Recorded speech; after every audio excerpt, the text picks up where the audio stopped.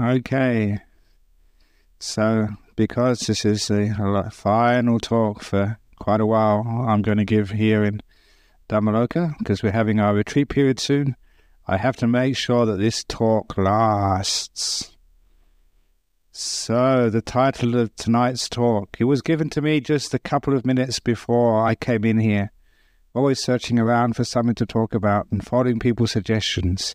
So tonight's talk is called Who's Right? Now, it's a great title for a talk because not only does it start to give us some indication, this Friday night, have you come to the correct place? Have you come to the Buddhist center? Should you have gone to the Christian center or the Muslim center or some other spiritual center, or gone down to the pub or stayed at home and watched the TV? Have you put your money on the right horse? And number two, this is not just spiritual, because have you ever noticed religious people are always arguing? There are always people arguing which is the right religion, or which is the right sect of which religion, or which is the right interpretation of this sect of that religion. And who is right, and how can you find out? Most importantly, are you right?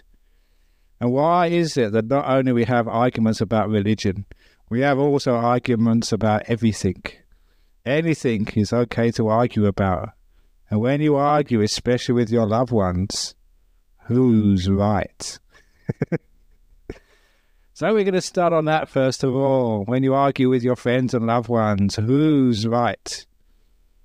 In our monastery, it's very easy to understand who's right because we have monastic rules. And we have the two major rules of our monastery. You can ask any of the monks and Angarikas, novices staying there. The first monastic rule is the abbot is always right. It makes sense. It's obvious, isn't it? And number two, in case the abbot is wrong, refer back to rule number one.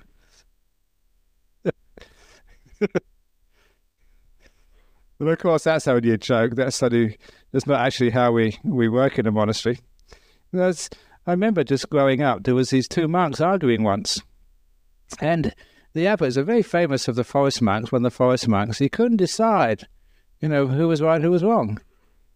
And so he had this visiting monk who's going to be coming in November, we think. And he asked, my goodness, I can't decide who's right and who's wrong. They're arguing about it with each other. And this monk, straight away, cut to the chase and said something very profound. He said, if they're arguing, they're both wrong. Chuck them both out. Which he did. If you're arguing, you are both wrong. Isn't that wonderful sort of way of dealing with things?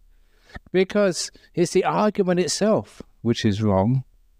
No matter who's right and who's, whether I'm right in my interpretation, my memories, what I think, what somebody else is thinking. The fact we argue that is something wrong about that.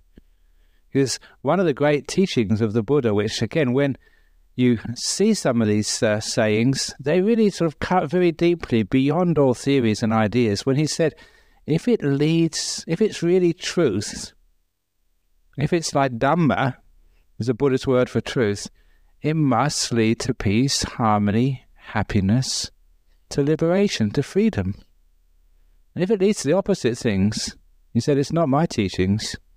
If it leads to contentions, to arguments, to wars, to lack of peace, to lack of freedom, he said, that's not Buddhism. That's not teachings. That's not truth, he was saying. Isn't it a wonderful description of actually a spiritual path? It should be something which leads to peace, to freedom. I think one of the reasons it does that is because it gets to the heart of what spirituality, what life is all about. Instead of relying on some sort of book, we do have books in Buddhism, but we use those as guidelines. I always remember just a quote of, I think, Voltaire, who said, this was a couple of centuries ago in France, which was very strongly Christian at the time. He said, if God was the author of anything, he was the author of human reason rather than any book. I always thought that he was saying what truth is. Truth doesn't lie in books. Truth lies in... I should actually say this because I'm having a book launch in a week or two's time, but some books are more truthful than others. But nevertheless, we never actually rely upon books to be the absolute truth, because if you do, then we always sort of beat each other over the head with our books. You know, the bigger the book, the bigger headache you give to the other person, because you hit them over the head with it. But I think we all know now that sort of the truth doesn't lie in books, and we can understand the truth for ourselves, because we recognize very often that some teaching, some way of looking at life does actually create more harmony, more peace in our world. And I'd say to you now that you can test your understanding of Buddhist teachings. Now, how well you've understood all that myself, Sister Wayam, and the other monks, nuns who visited here have taught, if you can live at peace and harmony with others, and if you can live in peace and harmony with yourself. That's a sign of understanding what truth truly is. And if you can do that, then you're right. So it doesn't really matter about the theories and the views, what you can espouse around a coffee table with your friends. Sometimes it's all right to do that, have an argument, but just for argument's sake, just for fun, having a little debate. It doesn't really matter who's right and who's wrong. You just do that for a little bit of fun. But the friendship has to be much stronger than that. That's why sometimes in our monastery, whoever's the second monk, they may say one thing, and I say the opposite. You know, just for the sake of it, just to have a nice little argument, because sometimes arguments, we can actually get deeper into the truth of things, but these are your friends. And so whatever happens in that sort of discussion, that friendship is always paramount. And so if it gets a bit too tough, then I'm the one who says sorry first. Another thing which I learned from my monastic upbringing, the one who is right is not the one who had the correct understanding about Buddhism or about the right theory or whatever. The one who is right is the one who says sorry first. I've seen that in many, many cases. Sometimes monks would have arguments. They're human beings, especially when they're young monks. Even recently, last week in our monastery, there's two Anagarikas. They had a falling out. And of course, as soon as they have a falling out, it's on the weekend. So as soon as I came back last week on a Sunday night, they wanted to speak to me. And this is called Abbot suffering. And he was telling me about all the other things which this person had done. They shouldn't have done this, and they really acted out of line, blah, blah, blah. He was probably right. It probably was the Anagarika's fault. But I said, your job is to go up to him and ask forgiveness. He said, I can't do that. It was his fault.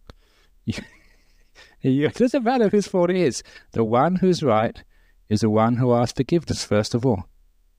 Because they're the one who realizes what's most important.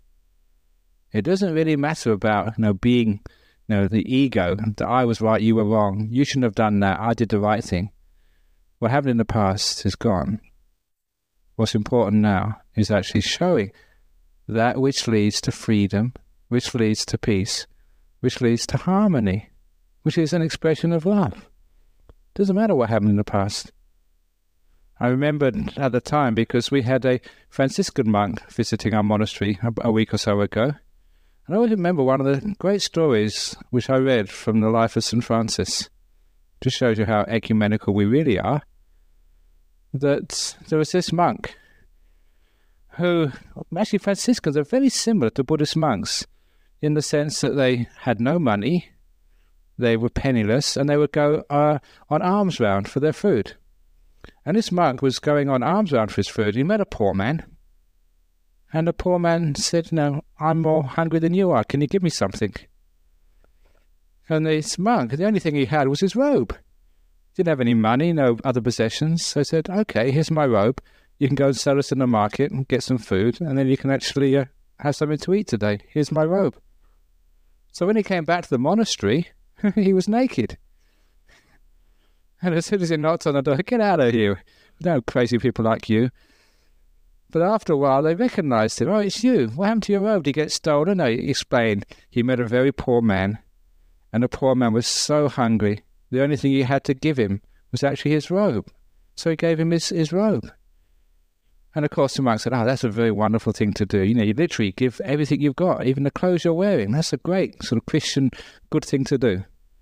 But of course, the trouble was, the word gets around that this monk is a soft touch. So the next time we went on arms round, the same thing happened. Someone asked for his robe again. And so he gave it a second time. The second time he came back naked. By this time, the monks of that monastery, they were sort of getting to know who he was. So come in, have another robe. But after 3 or 4 times of this, we've only got so many robes in the storeroom. So he had to go and see the abbot. And the abbot sort of told him, look, don't do it again. And to impress the fact that he shouldn't do this again, he really gave him a scolding. Now look, these are robes which are given by our supporters. They're supposed to be looked after, cleaned and patched if you need to patch them. But you can't keep giving them away. They're not yours to give away. You can't go around naked. And he really scolded this monk. And all the time he was being scolded, this monk just kept his head down. He's being scolded by the abbot. And when the abbot thought he'd really given him a proper talking to, he dismissed him. Half an hour later, he didn't come back naked. Half an hour later, he came back with a cup of soup for this abbot. He said, what did you give me a cup of soup for? He said, well, you were speaking so loudly for such a long time, I thought you may have a sore throat, so here, have some soup. And this was not being sarcastic. If you did this in Australia, you probably would be cynical. But this was actually really from the heart. He was never thinking of himself. All he was thinking about was his poor abbot who was talking so much. And so he thought, he didn't mind being scolded. He was just compassionate for somebody else. And so after that, the abbot said, oh, just give away the whole storeroom. You can't do anything with a monk like that. It didn't really matter who was right and who was wrong, sort of in the worldly sense. What was most right was that fellow just was, wanted to be kind and caring to somebody else. It was the love which was right. So if you ever have an argument, you may have some outstanding arguments with your loved ones, with your children, with your parents, with your husband, your wife, your partner, or with your monk, or whatever. It does not matter who's right and who's wrong. Isn't it wonderful to actually just say, look, it doesn't matter sort of who's right and who's wrong. Sort of, I care for you. I ask your forgiveness. Please forgive me. Now there is where we're getting to something which we can all recognize is very spiritual. That is religion. The idea of forgiveness, something which leads to peace and harmony, which is saying, look, I'm a human being, you're a human being. We see things in different ways. But we can still love each other. We can still live together. We can still be at peace together. We can share our home. We can share our Buddha center. We can share our planet with you, no matter who you are. If anything I've done to upset you, I'm sorry. When that happens, when actually somebody comes to you and asks for forgiveness, it's something which is so moving. If it really comes from the heart, then you're friends again afterwards. It has to be that way. I really think it was actually the Anagarika who I told this to last week understood what I was saying, went and said sorry. And I think the other Anagarika was the one at fault. But knowing he was at fault, but the other person asked forgiveness, made all the difference. It was a movement from the heart. That is what Dhamma is. That is what Buddhism is. The one who asks forgiveness first is the one who is right, because they have the right perspective. Sometimes, though, it's just so hard to ask forgiveness because, they really are wrong. And I haven't done anything. It's all their fault. It's all their fault. It's not all their fault. We have this wonderful teaching in Buddhism about the law of karma. If you've got a husband like that, it's because of your karma.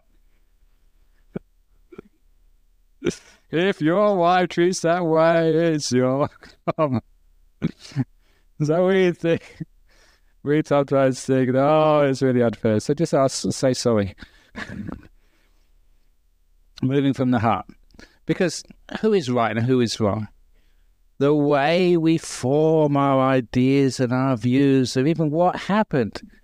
I read when I was in Singapore recently on the aeroplane, I got this very wonderful little article, some research done in the United States of these Marines who are being trained in withstanding torture techniques or interrogations.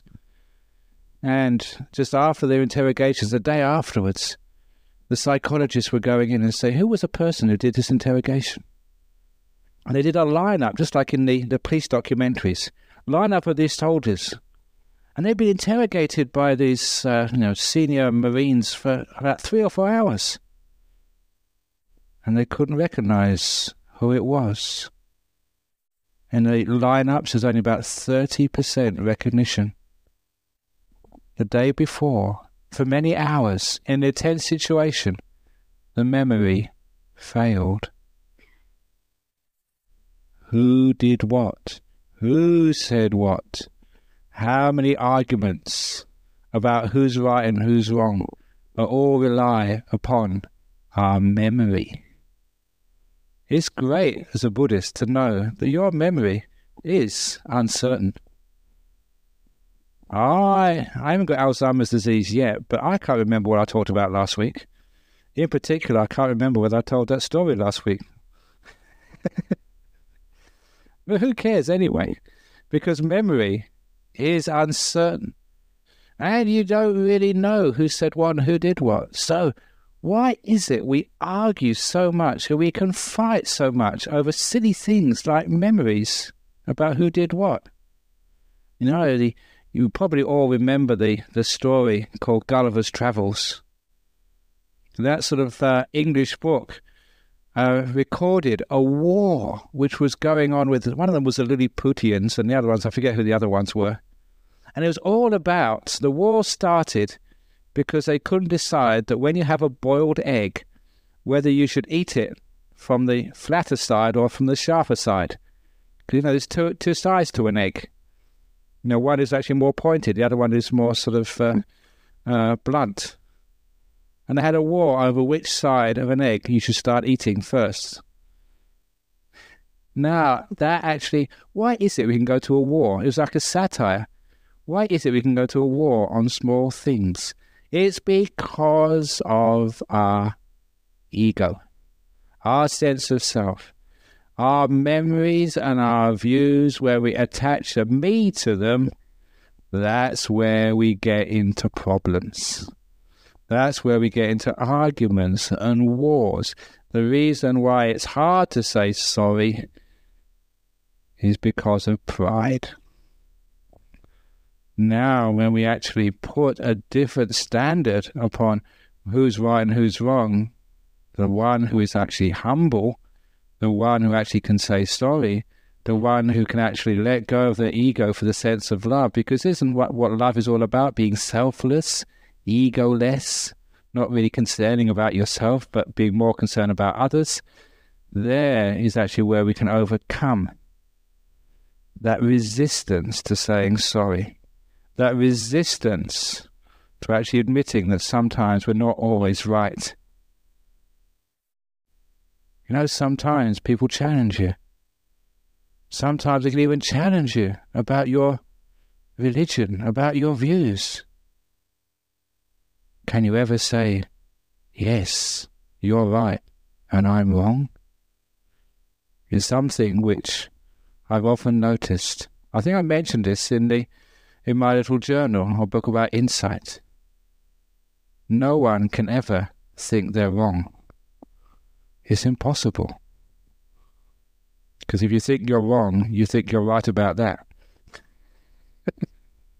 We always think we're right. The only thing we can say is we think we were wrong. But have you ever noticed that whatever you think, whatever you say, you naturally know that that's right? How many times has that been false? How many times have you made mistakes? In my job, I'd made mistakes so many times. It's been good fun sometimes making mistakes as a monk.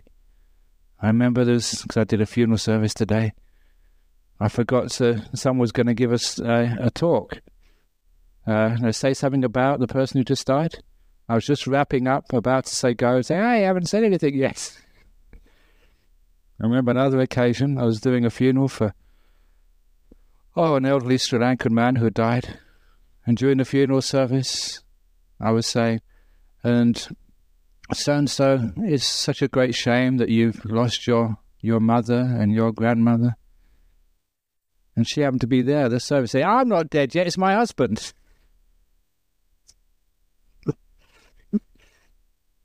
That changed the whole flow of the funeral service. Or another time when I was doing a marriage ceremony, and there's this young Thai girl came in with this old Australian man, and quite naturally, being quite innocent as a monk, I said, "Oh, is that your new father-in-law?" He said, "No, I'm her husband." But fortunately, her daughter was there, and she said, "But you're old enough to be your father-in-law," she said, and saved me. But sometimes we make a mistake. And when we make a mistake, isn't it much better to say just sorry than actually have this ego and think that we're someone who's never makes mistakes? One of the great things about spiritual life is that being able to make mistakes and not always having to be right. So when we make a mistake, we say, "Oh yeah, I made a mistake." Or to be able to say, "I don't know. You've got me there." Now that's actually the sign of freedom. Being free to be human. Being free to be fallible. And that takes a lot of abandoning of your ego. Bigger egos never want to be wrong. And because of that, because we never want to be wrong, we actually, because of that power of ego and pride, we actually concoct life to suit ourselves. This is actually the heart of this talk. This is actually the psychology of how we make our views. We want to be right so much that we actually bend our perception, our thoughts, to fit our views. We see what we want to see. We hear what we want to hear. How many times have you been talking to somebody and you ask them afterwards and you think they haven't been listening? They have been listening, but they've only been listening to what they want to hear. You talk to your dog or your cat and all they want to hear is food.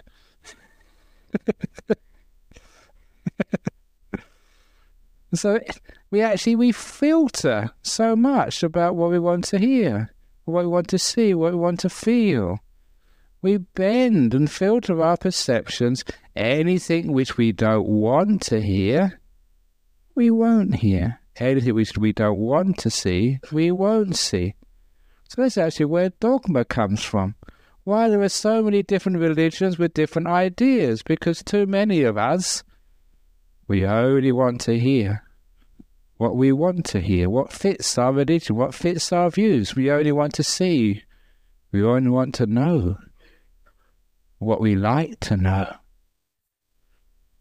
That's why I was having an argument with somebody just a little earlier about aliens. Do you believe in aliens?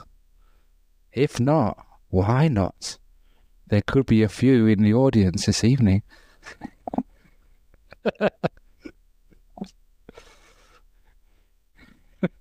Because why not? Because for many people, especially if you're a scientist, say that's rubbish, it doesn't exist, it can't exist. You see, you're in denial. But not just things like that. It's the way we form our views, the way we actually form our opinions. We start off with some sort of worldview, and that actually, from that view, that's how we bend our perceptions. For example, that somebody who is like a romantic, isn't love wonderful? Have you been to a marriage ceremony and seen this wonderful young couple? See their glittering eyes, just full of hope and full of love. Oh, isn't that just so wonderful? I'm trying my best. Please give me support. Because a couple of days ago, talking about making mistakes, there's an old friend I hadn't seen for about 10 years. He was at a ceremony last Wednesday. And I knew that he'd been divorced from his wife because I remember his wife and his children from a long time ago. And I was trying to be kind to him. I said, yeah, some marriages is so much suffering. It's dukkha. That's a Buddhist word for dukkha. You're much better off without your wife, not being married anymore. I didn't realise they just got remarried earlier. You said, that's my new wife. She gave me a really dirty look.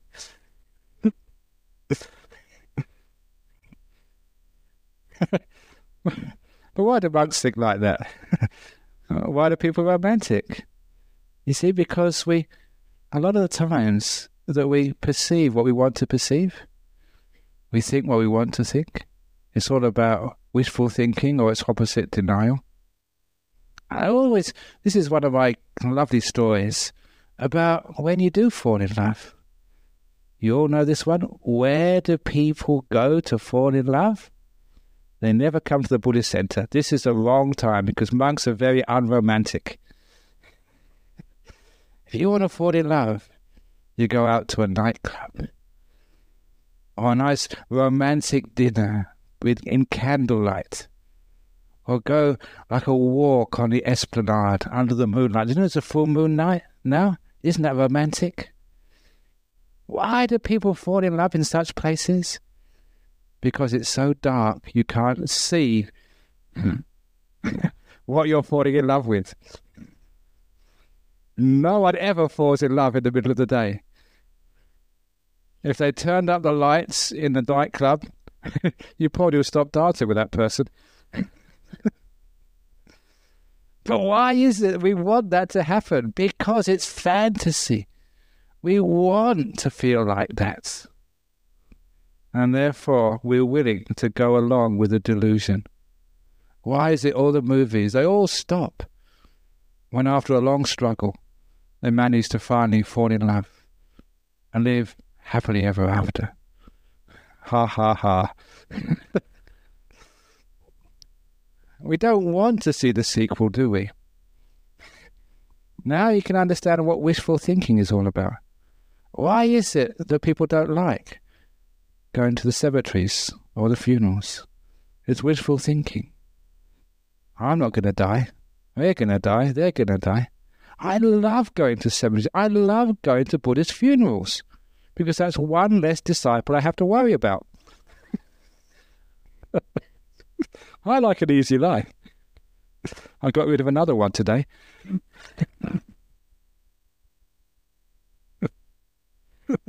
Went to a funeral at Fremantle.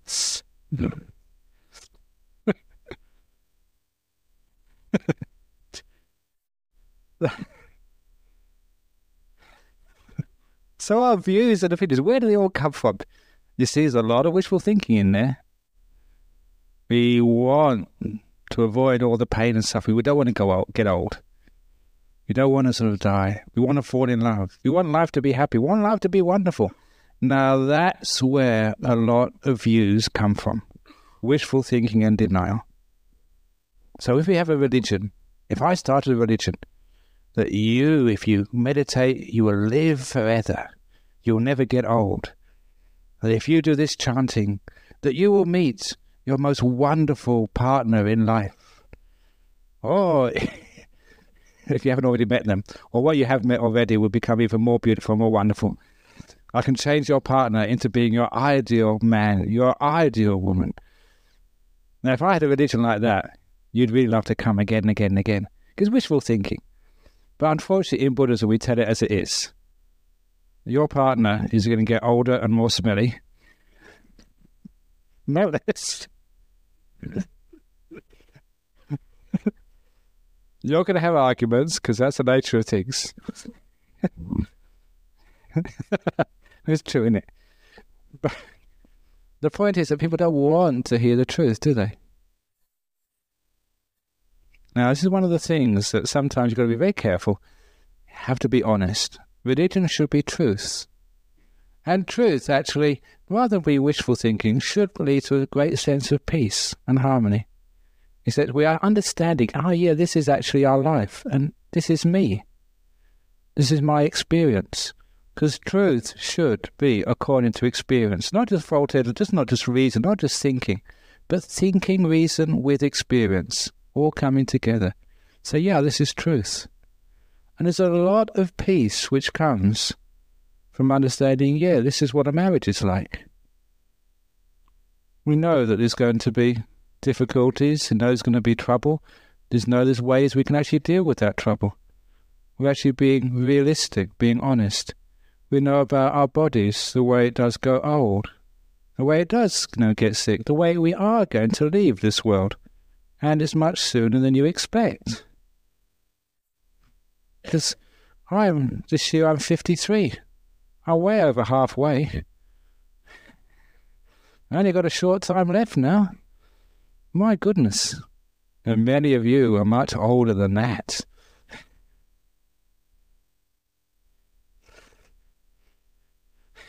So why can't we be honest and upfront about this? And it makes you much more peaceful. It brings you more freedom. There's a friend of mine, or rather a friend of a friend. He was actually this great athlete. He was like a long-distance runner and was winning everything. And people were thinking he's going to go up to the international standard, Olympic Games. And then he suddenly started losing. And we asked him why. And he said, I finally realized I didn't have to win anymore. He's with such a lot of torture having to win, having always to come first. When he got rid of that pride, his life was much more peaceful. He never became an Olympian, but he was a much, much more peaceful, relaxed, free human being. How much of our lack of freedom comes from these ideas and views, and where did they come from? Who put them inside of us? It's conditioning. I really feel for like girls growing up. They have to be, just so beautiful. Otherwise, they feel like they're failures. Not only that, the stuff they have to put on their face, the clothes they have to wear. I remember a couple of years ago when the what's it called? You have the low trousers or skirts and the high tank tops, whatever it is, have this big swathe of vacant flesh with nothing covering it. I remember the first time I saw that I was in Melbourne. And Melbourne's a very, very cold city. And I saw these poor young girls going around just, with just this, it's almost going blue, just this. And I felt, so sorry for you. And why do you have to do that? I had so much compassion. It felt like stopping the car and putting the robe around you to keep them warm. And the men are the same. Just what you have to do to. We were joking today because we're doing a lot of work at our monastery, getting it ready for our range retreat entry day tomorrow. It's on Sunday. And I always remember the time when Ajahn Brahm was out. We used to have these busy bees at our monastery, and you get all these men coming actually to help, doing some really hard work. We'd always make sure we get some of the Thai girls to come as well, and get them to stand next to the men when they were digging. Because they'd always dig much, much harder when there was a pretty woman standing next door. It's exploitation, we knew that. But one of the things about being a monk, I know psychology, so we know how these things work, so you can make use of them. So you get all this work out of these men because they like to impress the girl. It's their nature. So that's actually how we built our monastery.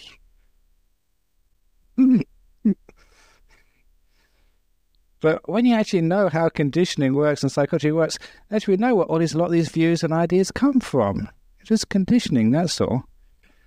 Okay if those conditionings work for your peace, happiness and freedom.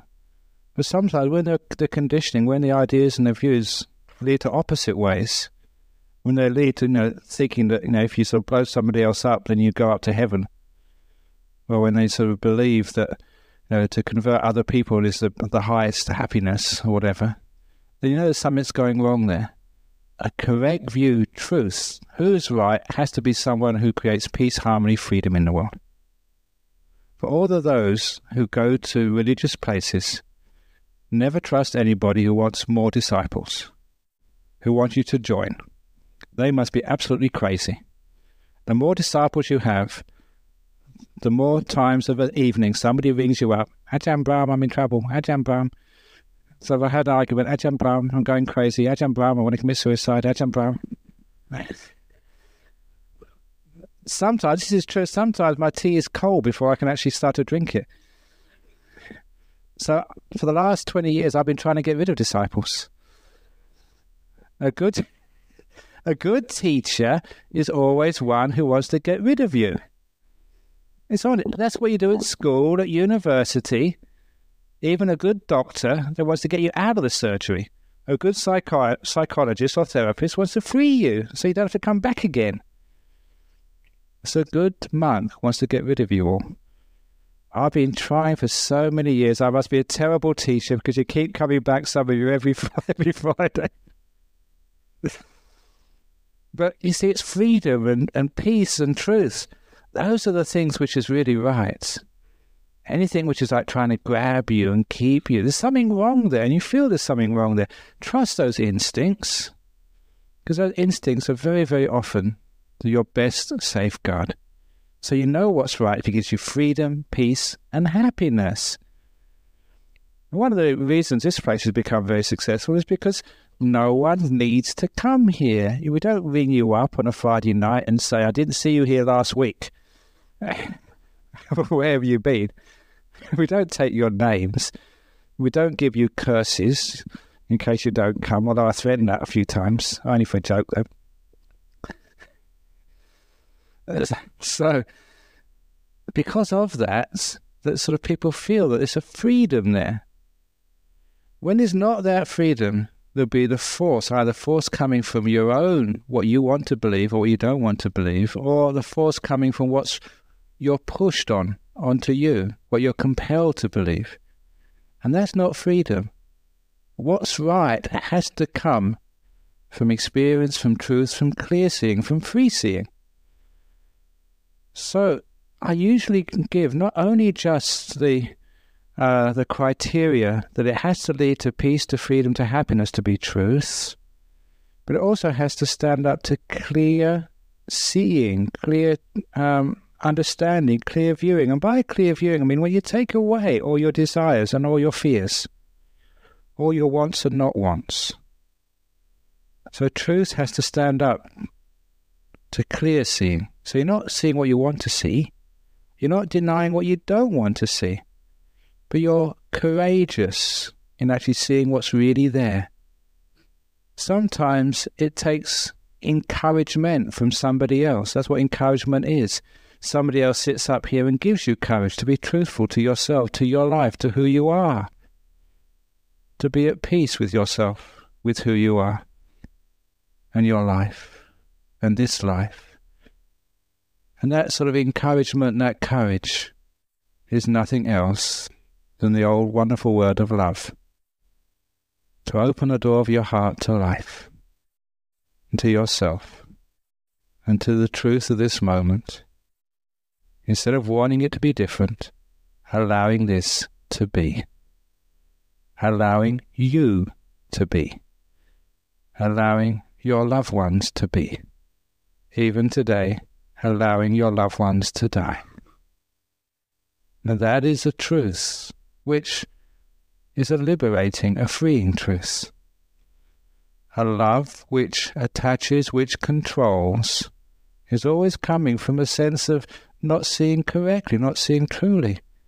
Can you really control your own body and your own life and your own death?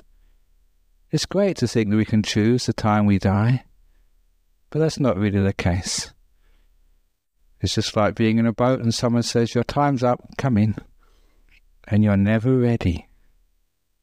We're never really ready to die. It just sneaks up on us and catches us, for most of people, unawares, unready, with unfinished business. But instead of saying that, we can have this beautiful sense of being at peace with life, working with life, being with life, rather than always trying to be against it. That is where we have the freedom. That is where we have the happiness. We can allow arguments to be. We can enjoy them. We can allow sometimes the pains of sickness to be.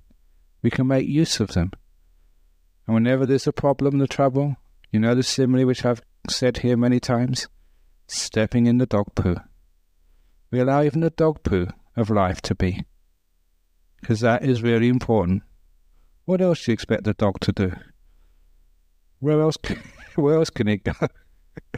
So sometimes, by the law of nature, you'll step in it from time to time. But we always remember that simile, whenever you step in the dog poo, always take it back to your garden and dig it into your garden under your mango tree. And so when your mango has its fruits, when you're tasting the delicious mangoes, always remember where that sweet taste came from. It came from the dog poo. Because there is lots of dog poo in life, as many of you know. You've had lots of tragedies already in your life, things which you'd rather not happen. Deaths of loved ones, things gone wrong, blah, blah, blah. I had a great tragedy in my life. It was about 10, 11 years ago when the previous abbot left. And I had to be the abbot in his place. Oh, that was a lot of dog poo. Had to deal with. They're always saying doesn't matter what you've got in life. If it's real truth, if you've got it right, who's right is whether you can make use of that, whether you can embrace it, whether instead of actually allowing it to sort of create misery, depression, upset in your life, you can actually make use of it and grow from it. That's why all pain is called growing pain. This is what pain actually is. It's there for us to grow and become better people. Yeah, it's tough at the time. Dog poo smells. But the right view, the correct view, what truth really is something which will say, yeah, dog poo is, pain is, but we can actually make use of it and become better people as a result. At a funeral service, yeah, it's painful to lose someone you've known for so long. But that's growing pain. It will teach you to appreciate the ones you are with even more, when you know that they too one day will go there. People ask me about that very often, the truth of things. In Buddhism, what happens when you die? I usually give the answer, you go to one of two places when you die. Fremantle or Calcutta. It's true. Apparently there's a third place now, Pinaroo. So you've got 3 places to go now when you die. The point is, it's being honest and being truthful. And if you're really honest and truthful, if it really is truth, if it's really right, it creates that peace and harmony and gives you something to work with in life.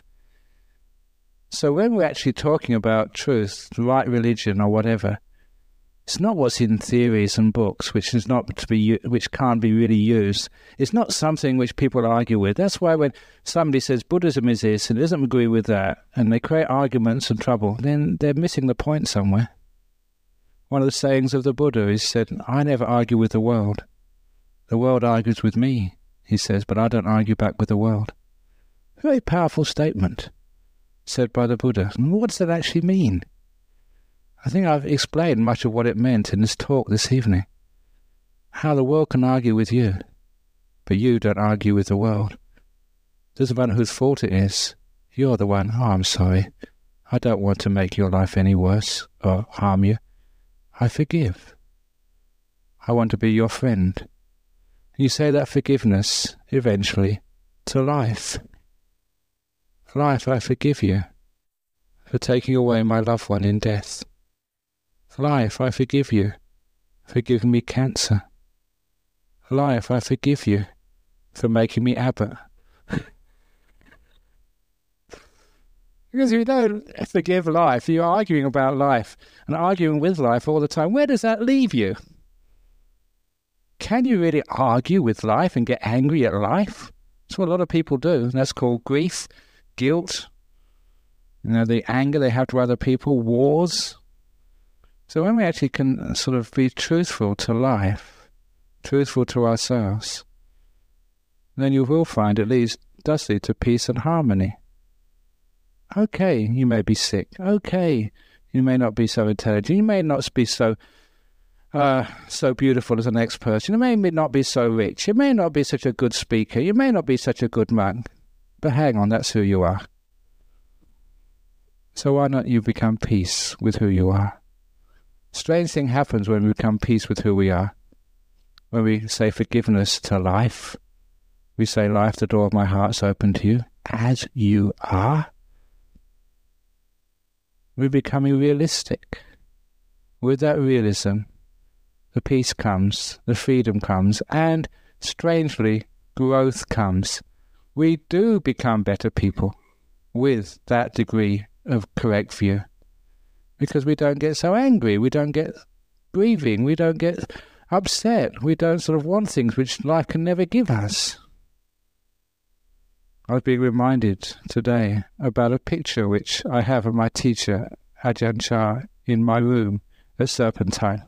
It's one of my favourite pictures of my teacher because he's imitating this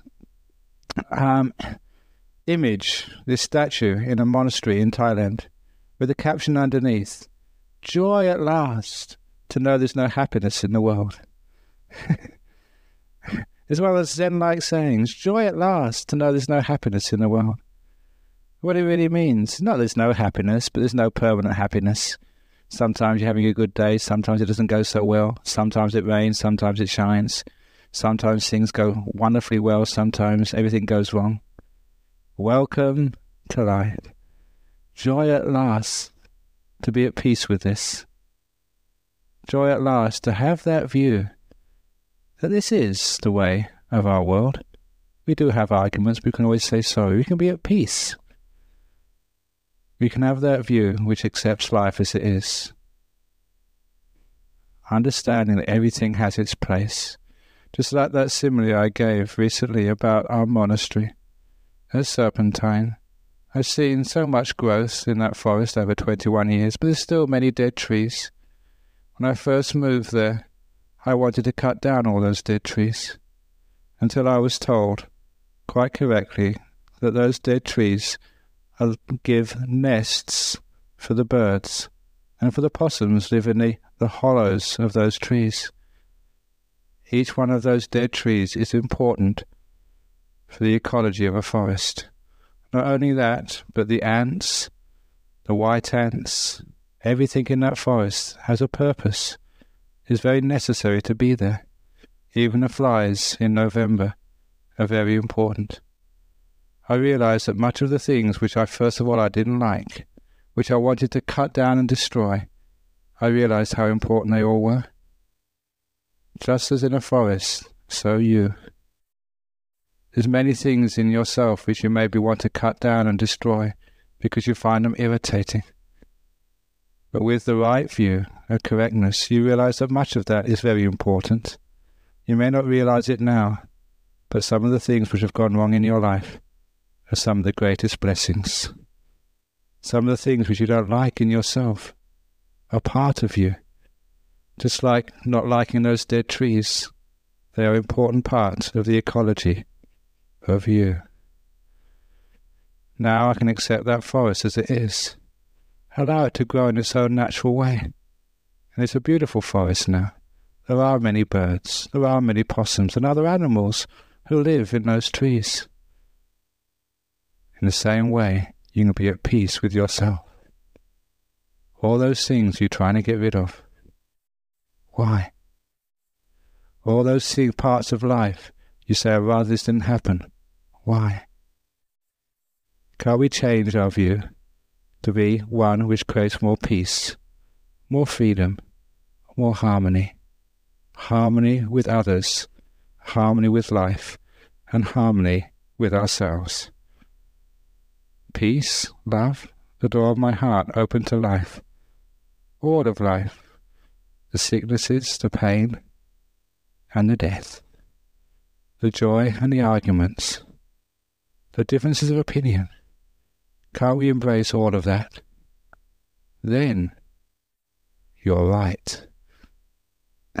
So that's what we mean by who's right and who's wrong. We use our experience of life, use our reason, that which leads to peace, to truth, to freedom. When we follow those criteria, then we know who's right. So there is the talk for this evening. who's right. So any questions or arguments about this evening's talk? Yeah, go on. Okay, if you've got someone like that, it's best to run away.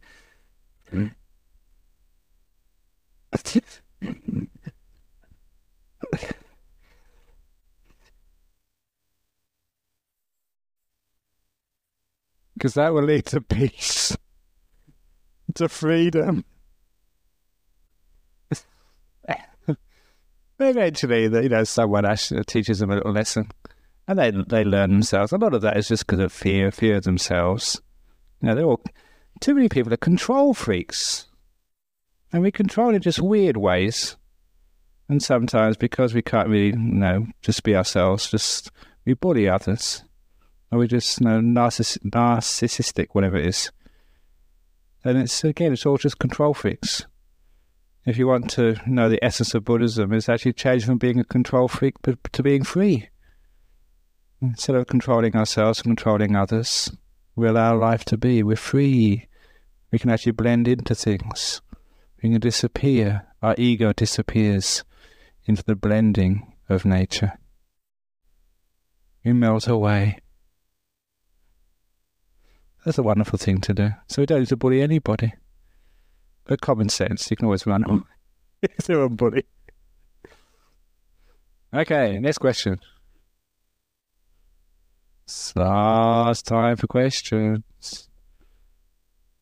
You have to wait 3 months for the next question. Okay, go on. Are your views the results of your karma? In a sense, yes, because our karma is like our conditioning, and we actually recreate our views from our conditioning. And the thing is that we can, through that understanding the way we condition our views, we can actually decondition them, we can free them, which is a great, a wonderful truth that freedom is actually possible. That, we can actually overcome, we can let go of that karma, which makes us always, think in a certain way or act in a certain way. So I said last week, why is it that many of you always sit in the same place when you come here? Don't look at me, because I've got no choice. I have to sit up here. But we can actually change. Why do you sit there? Why do you come here? We can actually change. And it's the mindfulness and the opening of our minds makes us actually change. We can free ourselves. And for many people, their life is more of a freeing. Seeing some of the conditioned views and freeing them. So we're not always doing things the same old way. Why did you ask that question? Why do you put your hair like that? Why do you wear that type of clothes? Listen to that type of music? Listen to that type of TV or eat that type of muesli? You should be like a monk, live on the wild side. Do things differently. Okay, thank you for that question. I know it was too deep a question to answer fully, but I just said a few words and thank you.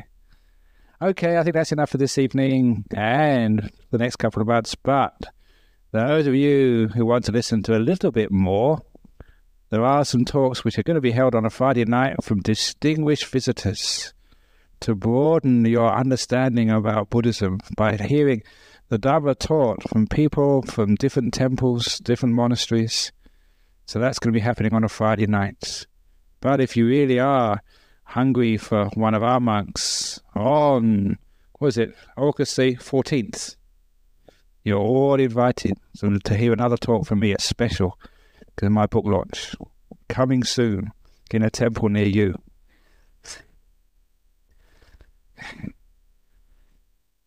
Okay, so do you want to give the rest of the announcements?